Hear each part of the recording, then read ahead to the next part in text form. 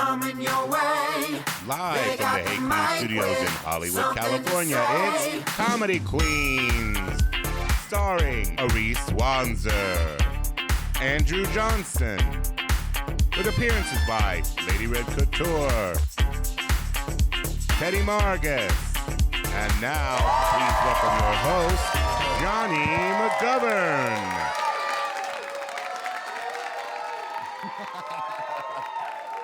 Hey Queens! Are you ready to have some fun tonight? Yes, honey. We are here at Comedy Queens, where we are celebrating the best in LGBTQ plus comedians that slay. Yes. You ever think that the letters that get lumped behind the plus in LGBTQ plus feel some kind of way about it? I mean, there are so many letters now. LGBTQ. You have to be like Jessica Fletcher and jump on your little bicycle and ride through Cabot Cove and solve the mystery of what the motherfucking letter means. Eh? Eh? And some of the letters I'm just not sure about. Because, I used to think that Q stood for queer. Right? That made me feel good, powerful, militant, queer power. But I found out it stands for questioning. Exactly my feelings. Because I'm gonna say something controversial, okay? I'm not sure that Q is ready for a letter. Oh, because, honey, we can't have a big political protest with the L, the G, the B, the T, and the Q's are out there being like, I'm not sure. I haven't decided yet. Call me back when I make a decision. Oh, I'm not Q. Come close and listen closely, Q. Make a decision, and then we'll talk about a letter. Boop. If you say something controversial ever in your life, but you end it with a boop, everything's fine. No problems at all. Boop. Are y'all ready for some comedy queens? Lady Red, who is our first comedy queen? Our first comedy queen was born in Canada, a stone's throw away from the birthplace of Thousand Island dressing. He's a Gemini and a baseball jock. Wait, I'm reading that wrong. He's seen A League of Their Own over 100 times. Please welcome Andrew Johnson. Thank you very much. Thank you very much. I'm Andrew Johnson. How are you? Yes, well, I am doing marginally better than that. Here's how well I have been recently. I've been so well that recently I went to go and make the suicide emoji. You know, like the one with the X's for eyes and the gun next to it, and you want to be like, oh, this makes me want to kill myself, but you want to communicate that through digital hieroglyphics, AKA emojis. And I went to go and find them to make it, and they weren't my recently used, so that's how well I've been. Pretty good, pretty good. Not to brag, but oh my God. I have been contemplating self-harm recently, though, because, spelled T-H-O, because I'm with the emojis, because I have found myself invited to a record number of baby showers this month, and I don't think I need to tell you, not my scene. Parties for kids, of kids, by kids, with kids, about kids, especially baby showers, not my scene. Here are my top 5 reasons I hate baby showers, in no particular order, in a very particular order, actually. Number 5, they're held during the day, not my favorite time. Number 2, they are usually decored in the shades of blush and or bashful. Pink and pink, Shelby, your colors are pink and pink. That is an elegant reference to the film Steel Magnolias that you can take home and enjoy later. Number 3, although booze is sometimes served at them, you are discouraged from getting drunk. Number 4, you are encouraged to spend exorbitant amounts of money on items that will be obsolete in a matter of weeks. And my number 1 reason that I hate baby showers is they celebrate procreation, which as far as I'm concerned is a lifestyle choice. And madam, how dare you? How dare you involve me in your mess? It might take a village. It might take a village, but no village I live in, because I live in a cool, fun party village. That isn't overrun by tots with ketchupy fucking fingers getting in my shit. Keep them in your own village, I say. That's the wall we should build. That's the wall. It wouldn't need to be very tall. Boop, boop, beep-doop. My main gripe about baby showers is, if you think about it, the basic premise of a baby shower. The basic premise is, congratulations, you took a load. That's the meat and potatoes of over here. And these women just expect you to show up, be like, oh my God, congrats. You took a load and didn't wash it out. Oh my God. Here's some money to set on fire. I'll just tell you, if we're just having parties these days for taking loads, I'm having a baby shower right now. Thank you so much for coming. Thank you for attending as well. It was a double entendre, as it's called. When I'm not busy taking loads, I like to keep fit and have fun, and I go to the gym a lot, much more than my physicality would actually betray. But I have noticed this new thing, thanks, babe. I've noticed this new thing, this phenomenon happening specifically with younger, early 20-something millennial guys at the gym. The other day I was getting ready to go out, and I caught these 3 early 20-something bros coming down, you know, the type at the gym. They are like, they travel in packs. They're always wearing those like t-shirts with the sides cut out, which like basically at this point, gay lingerie. But don't tell them that. Don't tell them that. Don't spoil it. Anyway, so they set up camp at a mirror. They set up camp at a mirror right in front of me, and one of them started pouring out protein powder, and he spilled a little bit one of them started pouring out protein powder, spilled a little bit of it, and the other 2 started calling him faggot, which normally would really offend me, but protein powder is expensive. I get it. Just this once. And then they peeled off their sideless t-shirts and started doing honest-to-Christ beefcake poses, like boop, boop, boop, straight flexing in the mirror. And then one of them suggested that they take a group shirtless selfie because, and I quote, I'm single now, I need something that's gonna get me pussy. At this point, I was repulsed. I had half a mind to storm out of there, but I stayed because I thought, well, now they're gonna get naked and have some sort of a dick measuring contest, and I'll have something to ejaculate over at a later date, right? Wrong! That is not what happened. Instead, what happened was they each put on towels over their dirty gym shorts, shimmied out of their dirty gym shorts underneath these towels, then put on new gym shorts underneath these towels. So no. Okay. No, you do not get to be some fuckboy, D-bag bro, dropping F-bombs and P-words all over the place until it comes time for you to get your dick out. Then, all of a sudden you have the modesty of a 16-year-old Shiite girl? Really? No. No. From henceforth out, this is the law of the land. You talk that shit, you get your dick out. You get your dick out. You get your dick out. You get your dick. Get your dick out! Oh my, it's a cause I'm very passionate about.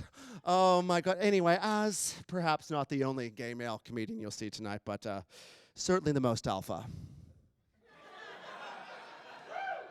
I do feel the need to talk about my sexual orientation on stage just because simply there's so much homophobia still afoot in the world. Even in our liberal cosmopolis of Los Angeles, California, something vile and homophobic happened to me the other day, and that is that I found out that my neighbors told their kid to stop talking to me for no reason. For no reason, because I've never had a conversation with this kid beyond like, because I hate kids. I hate kids. We've established that. Like, as far as I'm concerned, they are all just piñatas full of excrement, and it is no fiesta. But I've never had a conversation with this child that could be remotely considered dubious. But I've noticed now where he used to run up to me like this. Now he just walks straight ahead, averts his eye contact, and the parents just shepherd him through. They're like this. They're like, hello, like that. I'm like, okay, I get the game.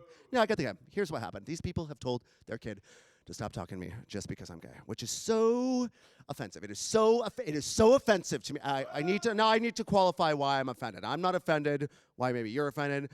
I'm not offended because what these people have done is just stereotyped all gay men as sexual predators. Like, I don't care about that. Like, I'm not precious about that. Like, I'm maybe based on the novel Push by Sapphire, but I'm not like precious, like, way to paint in broad strokes. No, that doesn't offend me. What offends me about these people, and what should offend you, what should offend all of you, is that these people think that their kid is in my league. And this kid wishes. This kid could not buy a dick. This kid is a hard 2 to my solid 6.5. All right, his money is no good here, but guess whose money is good here and was well spent? Yours. Thank you so much, I'm Andrew Johnson! Give it up for Andrew Johnson, everybody. Yeah.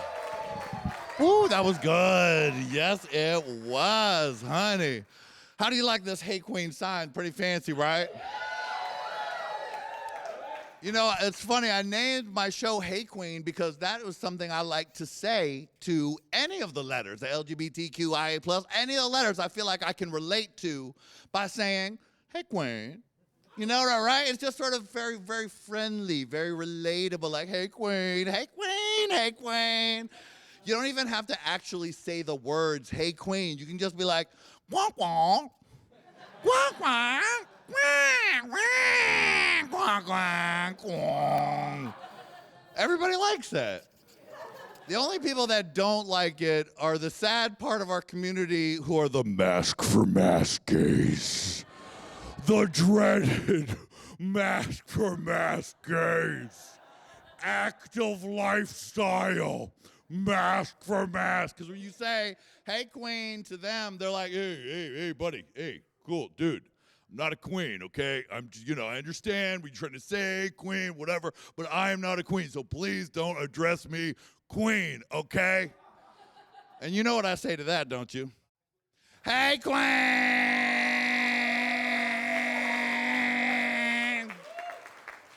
And then I go, boop.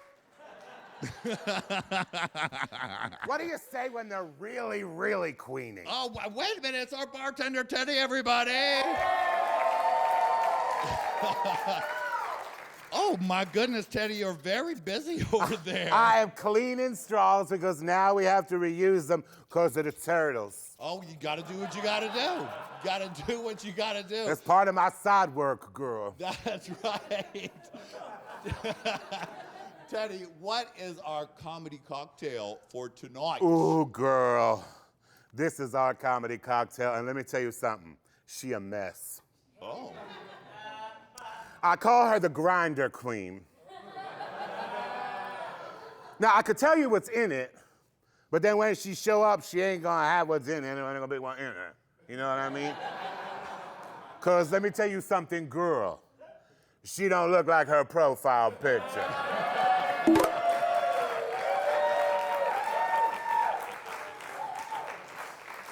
Drink on, cheers. Are you guys ready for another comedy queen? Lady Red, baby, who do you have next? Our next comedy queen is a transgender supermodel who has slayed the runway in Paris and Milan, starred in the TV series Strut, and your dad is probably paying for her lifestyle. Please welcome ARISCE WANZER.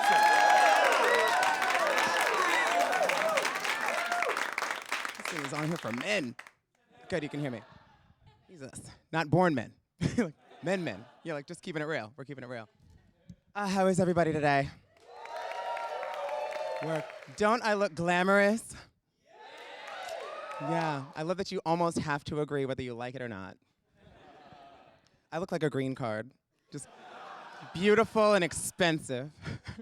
And just a little out of reach.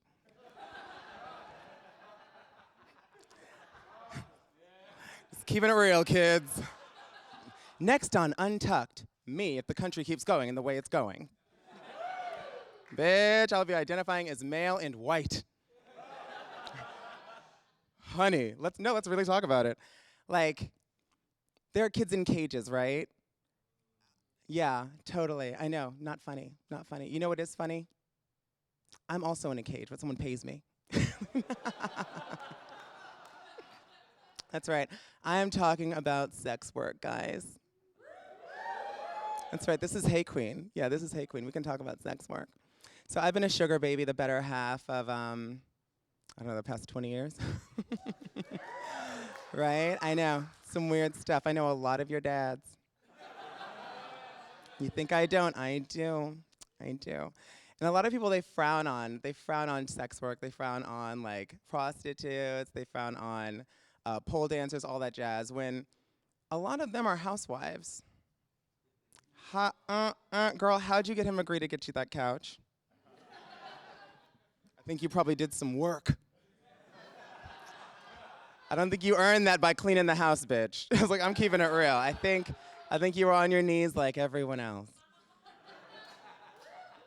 God, I moved all the way to Hollywood so I could be a star, okay? And of course, as soon as I get here, the Me Too movement starts. I was like, me next. If all I have to do is sleep with that old guy and get like, I don't know, the part of Wonder Woman, I'll do it. I have done worse for less, okay? And I think all of you have too, so let's be honest with ourselves. I saw some of your dates in here. Girl. God, that reminds me of childhood. Why, you ask? Okay, so I was a femme queer kid, like most people in this audience that I can see. And I see a lot of bottoms. There's a lot of bottoms in here. I'm not bottom shaming. I am also a bottom, depending on your prices. Yeah, pay a little extra, you get a little extra. That's what's happening. That's what's happening. But yeah, I remember being made fun of and teased for being like femme and, you know, just basically a little girl running around. And it would be by the same people that like worshipped and idolized like Prince and Michael Jackson. It was a very confusing message for me as like a toddler, like a 6-year-old, which is not a toddler, but a toddler to me. Ugh. Children are a disease. I don't take it back. Sorry. But it just made me think like, you guys celebrate these two when they're definitely trannies, okay? I said it, I know we're not supposed to say that, I own the word, it's mine, I don't care. I'm 32 years old, I came out when I was 19, it's my word, okay? It's mine, right? I grew these myself, most of them. Yeah, my sister bought the other part. It's all good, yeah, just saying. What else? I was at a casting the other day, and I found out that I was pretty typecast as a hooker, okay? I played a hooker 5 times in the past 2 years, okay? So if there are any writers in the audience, please write something else, okay? It is really, really fucked up. It's the only trans role, so yeah, there's more roles available, but there's still hooker. Oh my God, should I just call Eddie Murphy and skip the middleman? I know, that joke's as old as me, bitch. I'm taking it. I'm saying, like, I need better writing. You know, I was an equestrian growing up. I went from riding horses to riding men for money. I don't get it. It doesn't make a damn lick of sense. It's not fair. I'm overqualified for hooker, guys. And it's never the classy hooker like I am. It's like the back alley, sad $10 blowjob hooker. I'm like, where? Where is that? That's not me. Jesus, I look like cash. I look like I recruit online.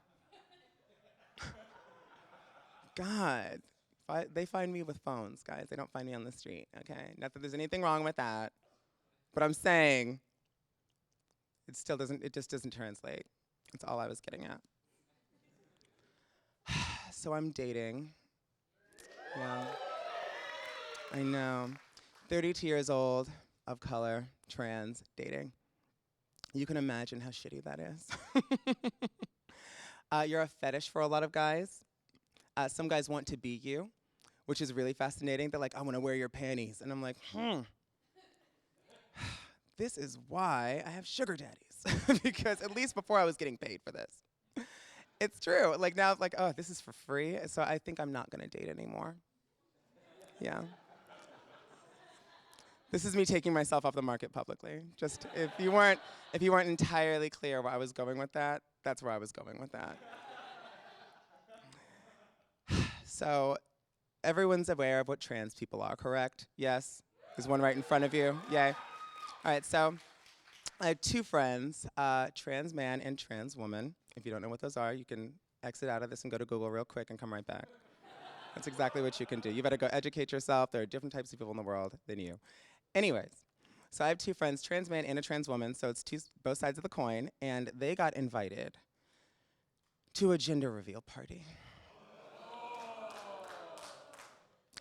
Oh, honey, they were excited. I was like, whose team are you two on? It's like having the Grim Reaper at a funeral. Like, I thought he was done. What's he still doing here?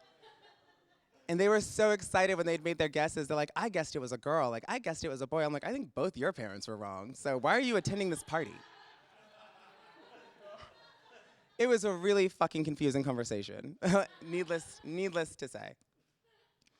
And I'm gonna tell you guys on this note, I'm gonna end with something I've never told a living soul, and that I'm not perfect. Thank you. Ooh, what a show, right? Yeah! Did you enjoy all of our comedy queens? Yes! Thank you to Andrew, thank you to ARISCE, thank you to Teddy, thank you to Miss Lady Red, and thanks to all of you. Give yourself a round of applause.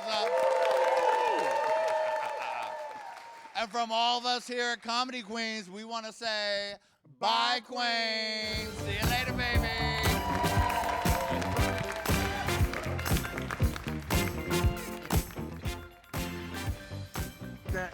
And we dancing cleanest. Thank goodness you're cleaning all the straws, Teddy. They're my favorite thing to do. I don't know why. I wonder why. Mm-hmm. Like, y'all need a straw cleaner? Mm-hmm. You've been cleaning straws your whole I life. was looking in the one ads. Is there anybody that needs a straw cleaner? You're looking in the wrong place, and they closed Craigslist already, Teddy. Damn it.